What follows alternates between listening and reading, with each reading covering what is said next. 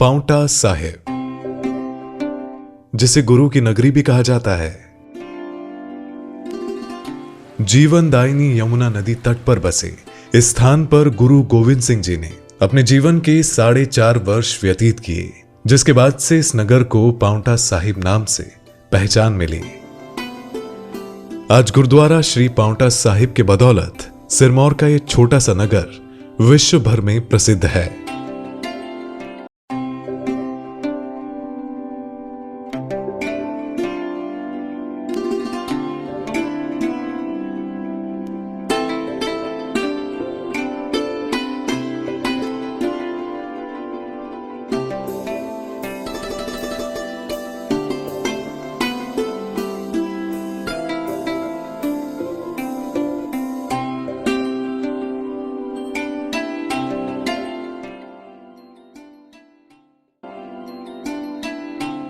नगर पालिका परिषद पांवटा साहिब द्वारा तीव्र गति से शहर का कायाकल्प किया जा रहा है। शहर के कायाकल्प की शुरुआत नगर पालिका परिषद ने अपने कार्यालय से शुरू की है और जल्द ही पूरे शहर की तस्वीर बदलने वाली है।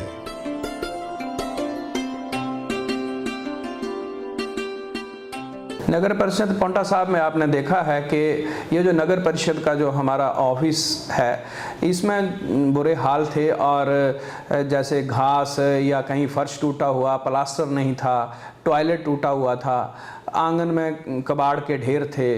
वैसे आपने देखा होगा रामलीला ग्राउंड में कबाड़ के ढेर लगे हुए थे, या मलबा था, या अन्य जो गंदगी थी, गंदी मिट्टी थी, वो सारा का सारा इस सराउंडिंग में पड़ा हुआ था।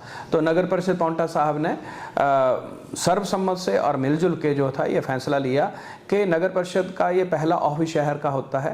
तो अगर हमारा ऑफिस साफ सुथरा नहीं होगा, ऑफिस के ऊपर घास जमी होगी, वाइट वॉश नहीं होगा बिल्डिंग को, तो जो हमारे कर्मचारी हैं उनका मनोबल जो है गिरता है और काम में एफिशिएंसी नहीं बढ़ सकती है। तो इसी बिल्डिंग को जो है नगर परिषद ने संभाला। जहाँ जहाँ रेनोवेशन की ज़रूरत थी, जहाँ आपने देखा होगा चेयरमैन का जो रूम है उसका टॉयलेट का बुरा हाल था, वो पूरे कमरे को उसको रेनोवेट किया। कई दशकों से नगर पालिका परिषद का कार्यालय एक साधारण से भवन में चल रहा था। पूरे शहर को सेवाएं देने वाली नगर परिषद के पास खुद के लिए बेहतर कार्यालय नहीं था, लेकिन कार्यकारी अधिकारी ठाकुर अजमेर सिंह ने कार्यभार संभालते ही सबसे पहले नगर पालिका के कार्यालय की दशा सुधारने के लिए अपनी टीम के साथ विजन तैयार किया, जिसमें नगर परिषद के पदाधिकारियों व पार्षदों का भी भरपूर सहयोग मिला। सरकार और संबंधित विभागों के सहयोग से पुराने भवन को आलीशान भवन में परिवर्तित कर दिया गया। नगर अध्यक्ष, नगर उपाध्यक्ष, कार्यकारी अधिकारी सहित अन्य कर्मचारियों व पार्षदों के लिए अलग अलग कक्ष बनवाए गए हैं। कार्यालय परिसर में पार्किंग सहित बैठने के लिए उचित व्यवस्था की गई है।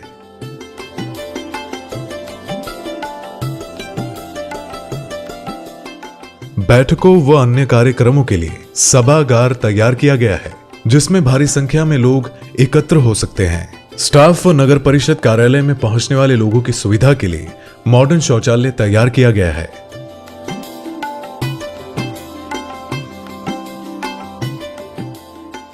खंडर पड़े कमरे को लाइब्रेरी में तब्दील कर दिया गया है, जिसमें शहर का कोई भी नागरिक प्रवेश कर सकता है। जल्द ही इस लाइब्रेरी को डिजिटल किया जाना है। कार्यालय में इंडोर व आउटडोर दोनों तरह के ही किचन बनाए गए हैं, ताकि स्टाफ व पदाधिकारियों सहित अन्य गणमान्य लोगों के लिए चाय पानी की व्यवस्था कार्यालय परिसर में ही उपलब्ध हो सके।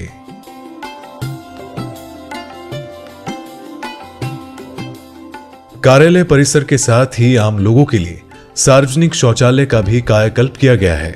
आम लोगों के लिए बेहतरीन शौचालय तैयार किया गया है, जो कई वर्षों से बंद पड़ा था।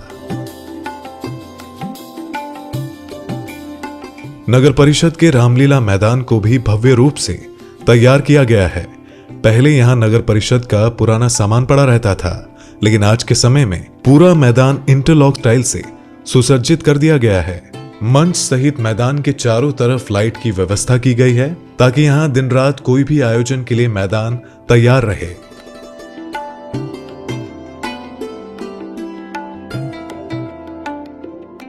रामलीला मैदान के साथ लगते गुरु गोविंद सिंह जी पार्क की भी कायाकल्प कर दी गई है और पहले से ज्यादा सुंदर पार्क का रूप इसे दिया गया है। बच्चों के खेलने की व्यवस्था, बैठने व टहलने के लिए नगर पालिका परिषद ने बेहतरीन प्रबंध किए हैं।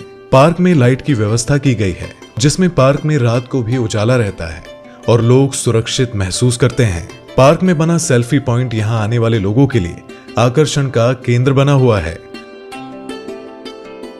पार्क के साथ लगता हुआ रेन बसेरा भवन लंबे अरसे से बदहाल था, लेकिन इस भवन को भी आज आलीशान भवन के रूप में परिवर्तित कर दिया गया है।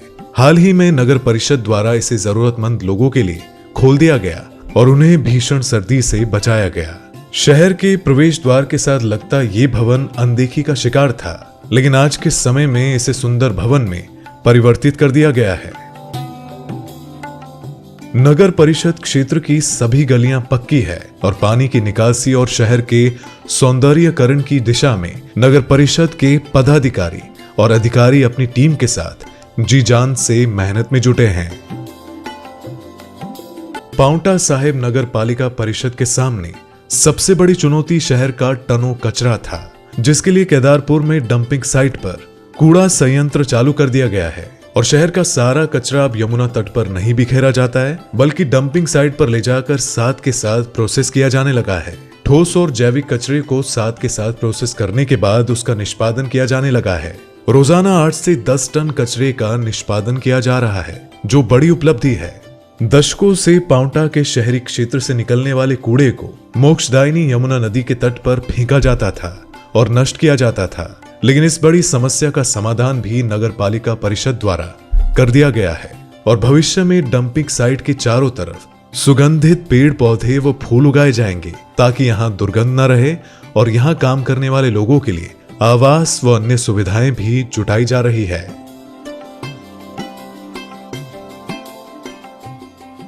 नगर पालिका परिषद में अधिकारियों, पदाधिकारियों व पार्षदों के बेहतरीन तालमेल से ये सब संभव हो पाया है और 1 वर्ष के भीतर ही पांवटा साहिब नगर परिषद क्षेत्र में अभूतपूर्व प्रगति हुई है। पांवटा साहिब नगर परिषद के विकास का मॉडल पूरे प्रदेश के लिए प्रेरणा बनने वाला है और शहर की दशा और दिशा में जो परिवर्तन आया है, उसने नए आयाम स्थापित किए हैं। जल्द ही शहर के 13 वार्डों में पार्क तैयार करने की योजना पर काम चला हुआ है। खेल मैदान के सौंदर्यीकरण, नगर परिषद के कॉम्प्लेक्स, अधूरी पड़ी पार्किंग सहित दर्जनों योजनाएं जिन पर काम चला हुआ है। बहुत ही कम समय में पांवटा शहर की दशा बदली है। शहर के विकास, सड़कों, गलियों के रखरखाव, साफ सफाई आदि की देखभाल के लिए नगर पालिका परिषद पांवटा साहिब वासियों की सेवा में सदा तत्पर है। उम्मीद है आप भी अपने शहर को साफ व स्वच्छ रखने में जरूर सहयोग करेंगे।